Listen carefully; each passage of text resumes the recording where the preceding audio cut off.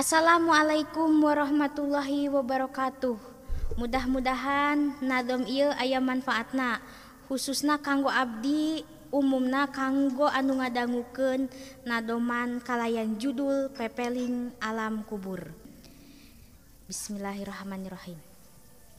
Astagfirullah Robbal baroya, Astagfirullah minal khotoya. Aduh Gusti abdi neda dihampura tinu dosa-dosa abdi nuti heula sareng dosa-dosa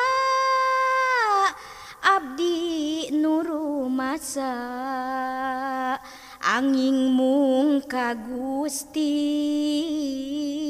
sim abdi sumerah anging mung ka Gusti abdi neda pasrah. Abdi atos maca dina ayat suci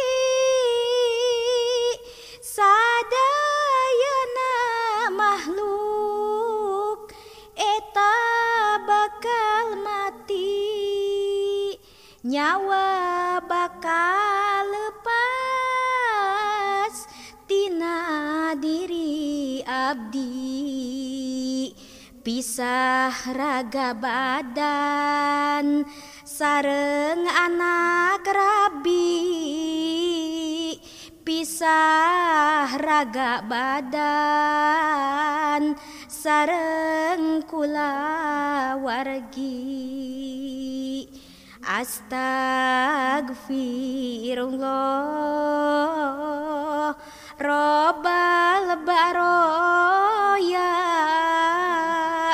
Astagfirullah minal khotoya.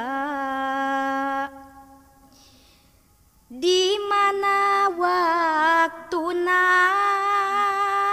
abdi tos sakarat, abdi sieun hese ngucapkeun syahadat, kajeun jejeritan hoyong kenging rahmat, parantos waktosna tutup lawang taubat, sim abdi ngaraos ka Allah teu taat. Dulur jeung baraya ukur nyeng cerikan, sabab poe eta bakal perpisahan, anak istri salaki teu bisa nahan, harta sareng banda oge kapangkatan, dulur jeung baraya teu bisa nulungan.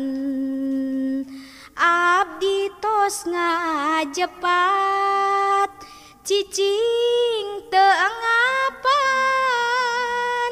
baju sareng perhiasan dibukaan, sabab raga abdi bade dimandian, tos diberesihan, dibungkus ku kafan, sadayana ngadeg bade nyarolatan. Astagfirullah Robbal baroya. Astagfirullah minal khotoya.